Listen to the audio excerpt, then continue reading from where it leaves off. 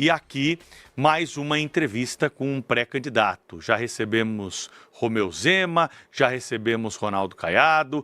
Hoje é dia de conversarmos com o Renan Santos, que é pré-candidato à presidência da República pelo partido Missão. Tudo bem, Renan? Bom dia. Tudo maravilhoso, bom dia aos espectadores, um prazer estar aqui, na verdade uma honra, sempre bom vir à Band. Como que é ser candidato, pré-candidato à presidência da República numa eleição em que as pesquisas dizem o seguinte: só tem espaço para Lula e para Bolsonaro, no caso Flávio Bolsonaro. Você discorda dessa afirmação aí dos institutos de pesquisa e como que é entrar numa disputa com esse cenário, Renan? Na verdade eu concordo com os institutos de pesquisa no sentido de que dá para derrotar os dois. A última pesquisa do Real Time Big Data mostra que 48% dos eleitores estão procurando alguém para além de Lula e Flávio Bolsonaro. E, inclusive, nesse setor, desses 48%, eu lidero com 26% da preferência. Na pesquisa Atlas, posso cravar, até o fim do mês eu devo vir com pelo menos 10%, 9 a 10%, deixando para trás os outros dois convidados aqui do programa, Ronaldo Caiado e Romeu Zema. E eu vou retirar o Flávio do segundo turno e vou derrotar o Lula no segundo turno por uma razão muito clara. O antipetismo, que é quem a família Bolsonaro pegou os votos ao longo aí dos últimos 8, 10 anos praticamente, o antipetismo é uma força política na sociedade brasileira que está cansada. E está cansado porque ele não se realizou através da família Bolsonaro. Eles chegaram no poder, não entregaram. Hoje tem um filho, que é o Flávio, que é um corrupto, desculpa falar nesses termos aqui, é um sujeito envolvido em todos, ele não pode ver um escândalo de corrupção que ele mergulha no escândalo. E essas pessoas não se veem como parte desse sistema de valores. Então, onde eu ando, em que deveria haver apoio ao Flávio, não existe. Eu fui em Santa Catarina, não tem apoio ao Flávio. Os caras estão tendo que, eu apoio, sabe, tapar o nariz e apoiar. Então, pois bem, eu não tenho escândalo de corrupção, eu tenho um plano de governo e eu quero representar essas pessoas. Falando sobre proposta, que é uma coisa que está faltando, que a gente fica muito em escândalo, né? Sim. E o passado de cada um é importante, falar sobre a trajetória, mas o brasileiro está precisando de muitas propostas em várias áreas, né? Eu queria saber o que o Renan faria como presidente da República nessa questão fiscal. O Brasil está enrolado nos números e a gente está vendo que o buraco está cada vez mais embaixo. O que o Renan faria como presidente da República para consertar as contas do país? Olha, essa é a típica pergunta que os outros pré-candidatos vão se enrolar e vão dar uma fugida. Porque é o seguinte, falando aqui, olhando para a câmera, o Brasil está quebrado. O Brasil está detonado, o Brasil está destruído. E do ponto de vista fiscal, isso significa que as contas públicas estão indo para uma rota de colisão, elas vão estourar, os impostos para segurar isso vão ter que aumentar, os juros já estão altos, eles vão aumentar, inclusive o dólar voltou a subir, ou seja, a situação fiscal do Brasil, o Brasil é um país que está quebrando. E nós, se você quiser, você que está me ouvindo, quiser comprar um celular e conseguir pagar ele, não se endividar, ter emprego, nós vamos precisar fazer uma série de reformas que vão doer em muita gente interessada. Grandes empresários que querem renúncias fiscais, mas nós vamos precisar mexer, por exemplo, em outra reforma da Previdência, nós vamos ter que fazer uma coisa que é difícil de explicar aqui pro público, mas chama-se desindexação de certos gastos. Nenhum candidato vai falar isso, porque eles querem seu voto. Eu não vou mentir, eu não sou estelionatário, então eu vou falar para vocês, eu vou ter que desindexar os gastos do BPC, ou seja, o reajuste deles não vai ser feito através da base do salário mínimo, do aumento do salário mínimo, mesma coisa com a própria aposentadoria, eu vou cortar todos os privilégios possíveis do judiciário, fazer isso vai me liberar um espaço fiscal de 200, 250 bilhões por ano. É isso que um presidente precisa fazer. A única coisa séria que um presidente precisa fazer, assim, na transição de mandato dele. Todos os outros não vão falar isso, porque isso tira voto. Mas eu tô aqui para falar a real. E eu vou voltando até, linkando com a pergunta anterior. É por isso que eu vou ganhar. Porque eu tô falando a real, eu vou falar pros outros, ô Lula, você não vai querer fazer essas reformas? Bota no cartório. Flávio, bota lá, registra em cartório. Porque eles estão mentindo. Todo mundo sabe que vai precisar fazer uma reforma fiscal pesadíssima no Brasil. Que é a reforma fiscal que no fim do dia vai permitir que uma pessoa consiga comprar um celular e não ficar endividado. Presidente da República, no atual cenário que a gente tem com o parlamento, tem condições de fazer isso sem essa articulação política, por vontade própria? Tipo, o presidente tem essas ideias que você está apresentando aqui, ele consegue executar imediatamente? Olha, a PEC fiscal minha... Tem que passar pelo parlamento. Lógico, mas eu vou dar um exemplo para você. Eu não só falo. Esse projeto que eu falei fiscal já está protocolado na Câmara dos Deputados pelo meu partido. A gente já tem coisa de 70 e 80 assinaturas coletadas junto ao parlamento. E a ideia é conseguir o número necessário já para botar em tramitação. Eu quero passar essa reforma na transição. É uma reforma que economiza 3,3 trilhões de reais em 10 anos. E aí a gente não vai ficar tendo que discutir todas as vezes nos programas políticos aqui a questão fiscal. É pra gente resolver de vez. E se eu venci, vamos colocar em perspectiva, se eu ganhei a eleição vindo de um partido que tem 6, 7 meses de idade, significa que eu fui um fenômeno eleitoral. Sendo um fenômeno eleitoral, o espírito do tempo no Congresso, ele vai estar sendo pautado por mim e por essa agenda. Então eu não terei tanta dificuldade, pelo menos no início. Depois, a gente sabe que o Congresso vai fazer o necessário para querer, né, me botar uma faca no meu pescoço para querer grana, que é isso que o Congresso quer. Só que aí eu tenho que trabalhar com relação de forças de uma maneira... Precisa mudar esse esquema das emendas na tua avaliação? Com certeza. E como faz para mudar isso? Tem que mudar o sistema político brasileiro. E o sistema político brasileiro parte da base. Eu não quero, assim, me estender que essa história é fascinante. Eu rodei o Brasil, rodei o Maranhão, rodei cidades do interior do Nordeste, cidades que nem sequer deveriam existir do ponto de vista institucional. São cidades que apenas vivem de receber dinheiro do governo federal. E como é que rola a vida política lá? A emenda do deputado vem, o prefeito ele opera a emenda, desvia um dinheirinho para comprar voto na eleição, o outro ele faz um show com o Wesley Safadão ou com algum cantor para poder, né, amealhar o apoio da população. O deputado ganha em cima disso. Nós vamos mudar todo esse sistema. A gente vai fundir as cidades pequenas. Nós precisamos, porque as cidades estão quebradas, e nós vamos fazer uma reforma, que eu chamo de lei de responsabilidade gerencial, que vai condicionar o recebimento das emendas por parte do município, e inclusive o fundo partidário e o fundo eleitoral para os partidos, mediante desempenhos de gestão. Então, se um prefeito ele tem um bom resultado em educação e saúde, ele ganha pontos, esses pontos autorizam o município a ganhar emenda. Se ele não faz isso, ele não recebe emenda. E aí o município dele tem que se fundir com o município ao lado. E o partido dele tem o fundo partidário e o fundo eleitoral condicionado, veja só, ao desempenho dos prefeitos que estão filiados naquele partido. Portanto, quanto melhor for um prefeito, mais dinheiro o partido tem. Quanto pior o prefeito, menos dinheiro o partido tem. E menos emenda o deputado pode usar. Então a gente faz uma revolução mudando os sistemas de incentivo. Pelo seu cálculo, nós temos 5.000 municípios no Brasil. 5.570. Cairíamos para quanto, assim? Teria que cair para pelo menos, para a gente racionalizar, tem um estudo da Universidade Federal da Paraíba que vai nessa linha, para coisa de 2.300. Pela metade, quase. Porque a maior parte dos municípios... Agora é uma briga política imensa, né? Você vai lutar contra todo mundo, pô. Mas... E aí é PT, é PL, MDB, Centrão, União Brasil, todo mundo tem prefeituras. Todo mundo tem prefeituras, mas todos sabem, eu inclusive fui agora na Marcha Nacional dos Prefeitos, que não tá dando para pagar essa conta. Sim, é uma irracionalidade. E tem um problema, o Centrão, ele é um carrapato. Esses políticos que você estava citando, eles são carrapatos. O carrapato, o máximo de consciência que ele tem, assim, ó, o boi não pode morrer. E o carrapato percebeu que o boi tá morrendo. Então, pode reparar que em vários momentos da história recente do Brasil, chega um momento de colapso, aí eles participam das reformas. O governo Temer foi isso, aconteceu em alguma medida no governo Itamar Franco, no próprio FHC, até no governo do Collor teve. Então, o carrapato, que são esses caras, já estão vendo, olha, a gente tá sugando demais. Vai ter que fazer alguma coisa pro bicho não morrer. Pois bem, o boi Brasil tá morrendo, ele morre em 2027. Então eles vão ter que participar de um conjunto de reformas. O que é minha pré-candidatura? É a versão mais radical dessas reformas. É a reforma mais agressiva para a gente resolver o Brasil. Se a pessoa quiser viver num país sério, vai ter que fazer essas reformas que eu estou falando. E eu vou ter que convencer as pessoas e os políticos. Mais ou menos o que o Milei está fazendo na Argentina. Exatamente. Porque, assim, o Milei alertou, o Milei fez mais ou menos o que eu tô fazendo aqui. Ele foi na televisão, foi nas rádios e avisou, a Argentina tá quebrada. Eu tô lembrando, por isso que fiz a pergunta aqui. E ele falou, a Argentina tá quebrada, não vai dar pra a Argentina ficar assim.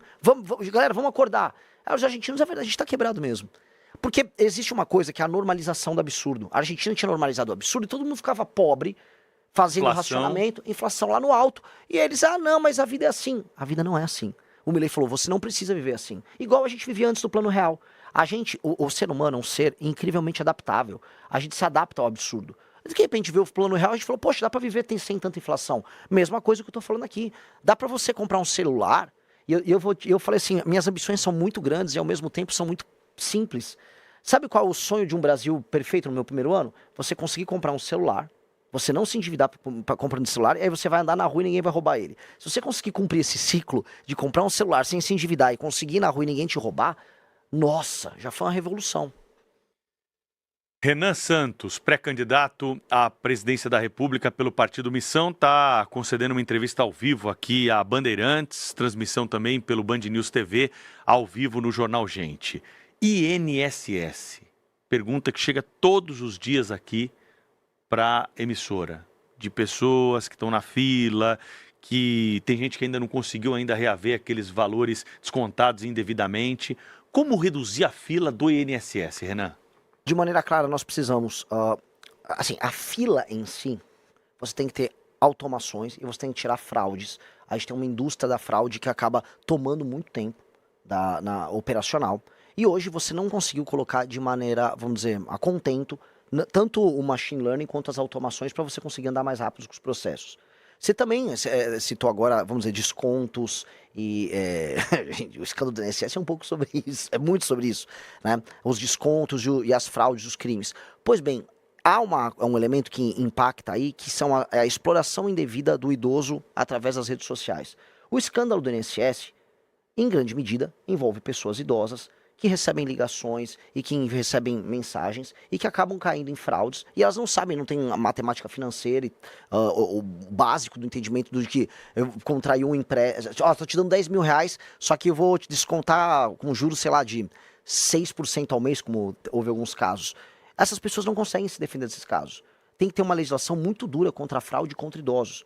A maior parte das fraudes que estão acontecendo, não só no Brasil, tá? Tem um artigo nos Estados Unidos muito interessante sobre isso, são sobre idosos, porque os idosos hoje, no mundo todo, eles congregam muito dinheiro, tem muita gente recebendo aposentadoria e tem patrimônio e não sabem usar a internet, e aí as fraudes são focadas nos idosos. Então tem que atacar muito fraude nos idosos, assim, tem que prender e ter uma legislação muito dura, e o resto é enfiar automações e, do ponto de vista da gestão pública, automação e trabalho, vamos dizer, de digitalização para tirar as filas. Política externa, o Brasil tem que atuar de que forma em relação aos Estados Unidos, essas tarifas que são anunciadas? Agora tem essa notícia do fim de semana que nós abordamos mais cedo aqui, do veto à carne brasileira pela União Europeia. Tem que ser uma política mais agressiva, o Brasil tem que se posicionar, ou na tua avaliação nós precisamos dançar conforme a música porque não somos tão fortes quanto outras economias mundiais? Ela respondeu para mim. Infelizmente, por mais que muita gente... O Lula fica vendendo essa história de soberania. Não tem soberania nenhuma.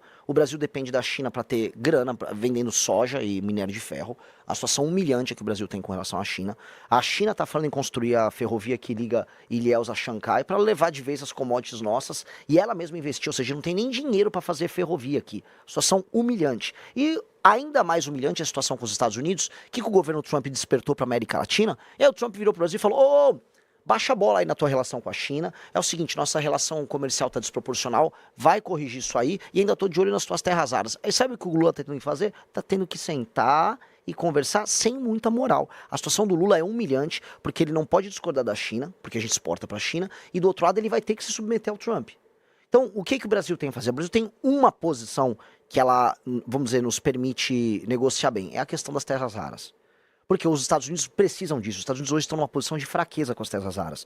Para aquela que estamos assistindo, né, essas terras raras que são minérios especiais, aí na tabela, parte de baixo da tabela periódica, disprósio, neodímio, um monte de nome esquisito, parece nome de remédio. Um jato F-35, que é a base do sistema de defesa e ataque do governo americano, ele usa 0,5 tonelada de terras raras. E os Estados Unidos não produzem e processam nada disso. E a China tem. Tudo. Não, eles compram tudo da China. Ou seja, a China olha, os jatos de guerra americanos, os drones americanos, são todos feitos com material chinês.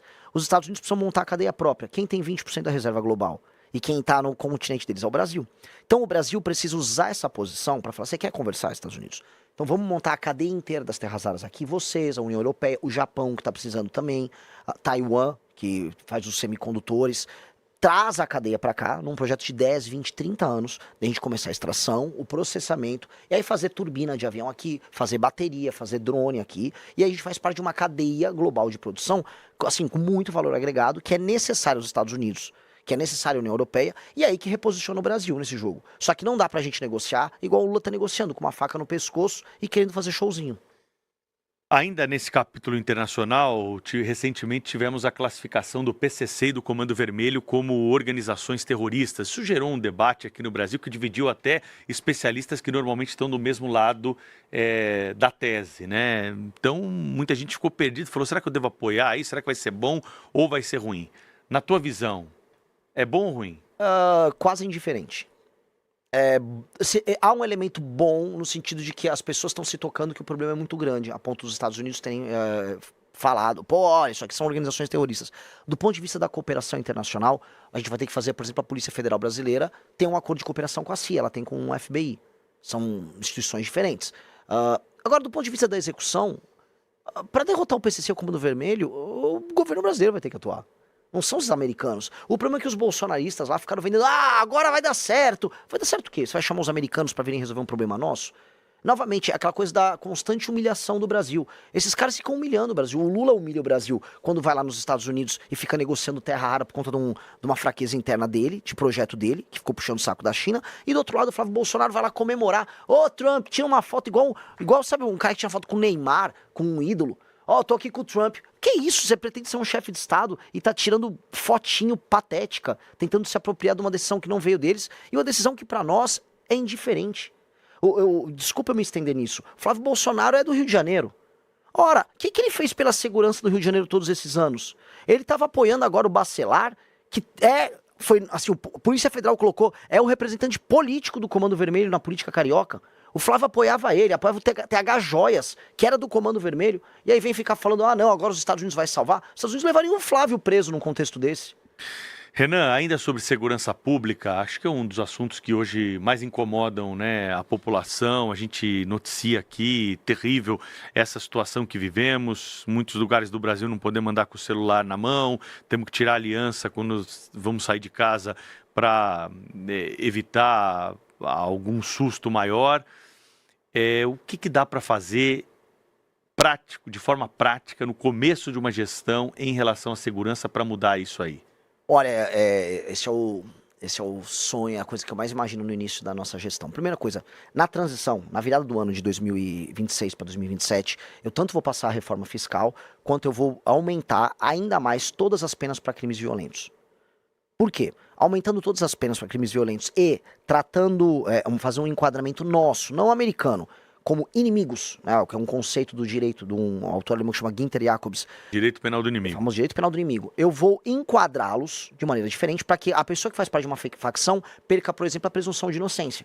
Então, se você tá aqui em São Paulo, a gente tem o Smart Sampa. O que é o Smart Sampa? É um sistema de câmeras. Se um sujeito que está enquadrado como membro do PCC, não importa se ele é contador do PCC e trabalha na Faria Lima, ou se ele é um vapor, ou ele é um cara que anda com metralhadora em Paraisópolis, se a câmera pegou, a polícia já pode ir lá pegar ele na hora. Ele não tem presunção de inocência, é inafiançável, não tem progressão de pena, ele já vai pra cadeia na hora. Então, com isso, o Estado fica armado, do ponto de vista institucional, para fazer o que eu quero fazer. O que eu quero fazer? No dia 5 de janeiro eu tomo posse. Dia 6 de janeiro eu tô em Santa Quitéria, no Ceará, e eu vou começar a colocar em estado de defesa, que é tipo uma GLO, só que com algumas, vamos dizer, características a mais, certas cidades, bairros ao redor do Brasil que estão tomados pelo crime organizado. Não é botar o Brasil em estado de defesa, é botar estes lugares para que a polícia, junto com o governo federal, entre, prenda todas essas figuras, liberte as pessoas que moram ali e a gente começa a retomar o território nacional. E aí, a gente vai fazer uma limpa que a gente nunca viu. Eu preciso fazer, senão eu falhei como presidente, no final do primeiro ano a pessoa se sentir segura para andar com o celular no meio da rua, e todos os bairros brasileiros estarem livres do crime organizado. Se eu fizer isso, aí eu entro na fase 2 do meu governo, que é a desfavelização do país. É mais ou menos que nem o Bukele fez lá em El Salvador? É muito parecido com o que o Bukele fez. A questão é que é em uma escala muito maior. O Salvador é como se fosse um bairro em São Paulo. E a Constituição brasileira? Vai ter gente que vai falar que as garantias não estão preservadas aí. Não, porque o direito penal do inimigo, ele é perfeitamente compatível com a Constituição brasileira, com os princípios constitucionais que estão, por exemplo, colocados ali como cláusula pétrea. Uhum. E existem distinções já no direito penal nosso. Então, não há um problema em receber não só o direito penal do inimigo, como em aumentar penas. A questão toda que nós temos é um problema de execução das políticas públicas na área de segurança. As penas são muito baixas, as leis de execução penal no Brasil elas são amigas da bandidagem, então um cara pega uma pena de 20 anos, cumpre 7 e já sai. Então, os juízes no Brasil, eles têm, vamos dizer, uma subjetividade muito grande. Ou seja, o juiz decide da cabeça dele. Aí acontece o que aconteceu com o caso do Henri Borel lá no Rio de Janeiro. Uma juíza feminista, é machismo prender ela. E obrigou o tribunal eu nunca vi um negócio desse, obrigou os jurados a alterar o voto deles. E isso é coisa de um país doente. Essa subjetividade não pode acontecer. Agora, por mais que as leis sejam modificadas nesse campo, aumento de pena, polícia, GLO... Existe um ponto da legislação penal que parece imutável e nós não entendemos por que, apesar de uma pressão da população, que é a questão da maioridade penal. Sim. Vai para frente? Óbvio. Tem que ir. Óbvio, assim, quando você... Olha, eu não sei se eu tô me estendendo aqui, eu adoro esse tema. Tem um estudo da GV, o pessoal só dá um Google, de 2007, tá? Que mostra que existe uma correlação fortíssima entre a ausência da figura paterna e o cometimento de crimes pelos jovens. Ou seja, um jovem tende a cometer crimes... o jovem que comete o crime, que vai parar numa FEBEM, a relação dele com a ausência do pai é maior do que a relação, por exemplo, de desigualdade social. Ou seja, a desigualdade social e a pobreza interferem menos nesse jovem cometer o crime do que ele não ter um pai presente. Nós vamos precisar fazer um trabalho muito claro, e as pesquisas mostram isso, em atuar nas periferias, onde tem a maior parte desses meninos, porque inclusive a gravidez na adolescência incide mais nas periferias, nas favelas e cidades pequenas no interior do Nordeste. Nós vamos atuar nesses lugares já com, fim da maioridade penal, mas 2, trabalhando já nas escolas para recuperar esses meninos e dar um atendimento psicológico para separar eles, porque eles são garotos que estão numa condição especial. O garoto que comete o crime violento, quase sempre, 80% dos casos, ele não tem o pai. O pai abandonou ele, vem de uma relação complicada. E nós vamos chamar a sociedade civil, igrejas, ONG, auxílio psicológico nas escolas, já para focar nesse cara. Para fazer o trabalho preventivo, mas tem que ter junto a punição. Porque hoje está muito barato para uma facção criminosa você morreu um bandido em combate, ou uma pessoa foi trabalhar qualquer coisa, pega um menino com 15, 16 anos e coloca ele para trabalhar na operação. Tá fácil. A gente vai dificultar e vai inviabilizar esse modelo de negócio, porque é um modelo de negócio muito bom para eles. Foi muito fácil. Renan, muita gente aqui que não acompanha de perto assim a cena política deve estar se perguntando, partido é esse, Missão? Partido que é novo? De onde surgiu Missão? Conta um pouquinho dessa história. Missão foi o último partido fundado no Brasil, provavelmente não haverá outro sendo fundado, porque a legislação é cada vez mais difícil, mais proibitiva para montar partidos. Ele é oriundo do antigo e ainda vivo e super presente MBL, ou seja, as pessoas que fizeram aquelas manifestações famosas em 2015, 2016, que derrubaram Dilma Rousseff, elas entenderam que não adianta só protestar, não adianta só reclamar do governo A, B ou C. Elas só serão respeitadas, e o brasileiro exigiu isso da gente, se a gente fosse uma alternativa de poder. Às vezes eu falava, o Lula não dá, o Bolsonaro não dá, e o eleitor falava assim pra mim, tá bom, mas e aí? Vai pôr quem no lugar? Uma vez um cara me provocou, então vai você, bonitão. Eu falei, tá bom então. Ok. Então nós juntamos mais de 2.000 jovens, na verdade foram 3.500 jovens coletando assinaturas ao redor do Brasil. Começamos a coletar, fizemos um sistema super tecnológico, a gente botou um aplicativo para coleta. Fomos o partido que coletou o maior número de assinaturas no menor período de tempo em todos os estados da federação e conseguimos montar o partido, que é o partido que vem surpreendendo todo mundo, porque hoje, por exemplo, nas vaquinhas online, é o partido que mais arrecadou doações, é o partido que tem maior audiência em redes sociais e é um partido que tem 6, 7 meses de idade. Para finalizar, acho que esse é um bom tema também. Você é favorável a uma mudança no sistema de financiamento das eleições? Financiamento público está errado? Eu acho que o modelo atual está. O modelo atual está... Veja, vários países sérios têm financiamento público. E eu andando... Qual que é a diferença para o nosso? O sistema de incentivo dele. Hoje, um partido recebe dinheiro mediante o número de deputados que ele elege. E aí você tem todo um incentivo em lançar deputados caricatos como um Tiririca, uma Erika Hilton, que tem muitos votos, lacrando em rede social. E aí essas figuras são eleitas e o partido enche os cofres dele. Então o partido não tem nenhum incentivo em colocar gente boa. O partido tem que colocar gente famosa, ou gente que vai levar voto, ou gente que compra voto. Porque você coloca um deputado, vamos dizer, do Centrão, ele achaca o governo, pega um monte de emenda, essa emenda ele compra o voto na base, e aí você fica rodando um ciclo. Este ciclo tem que mudar. Tem países sérios que têm um financiamento público. Eu sou contra, por princípio, o financiamento público. Eu gostaria que não houvesse. Mas, se for um consenso da sociedade ou dos próprios partidos que terá que haver, eu vou mudar o sistema de incentivo, que é aquilo que eu te contei. Se o dinheiro que for pro partido for baseado no desempenho do prefeito, com métricas objetivas, do tipo ranking de educação, diminuição do número de homicídios, aumento da atividade econômica, aumento do saneamento básico, aí os prefeitos ganham pontos e o partido que tem aqueles prefeitos tiverem um número possível de pontos recebem mais dinheiro. Aí a regra vira assim, quanto mais o político trabalha pro Brasil, mais o partido dele tem dinheiro. Aí funciona, aí fica até barato, aí vale a pena. Então eu acredito nisso, ou acaba, ou muda o sistema de incentivo. Última pergunta. Quantos ministérios tem que ter o Brasil? O Brasil não precisa ter mais de 19, 20 ministérios. O Brasil não precisa. E não ainda... é muito, não? Não. Se eu for falar pra você, eu preciso de 8, 9, 10. Eu posso fazer. Só que você vai ter que ter secretarias específicas que vão ter status de ministério dentro dos ministérios. Dá na mesma. Dá na mesma. Isso é um discurso legal de falar, mas na prática, eu vou acabar com o Ministério da Cultura. Sim, mas você teria uma Secretaria de Cultura?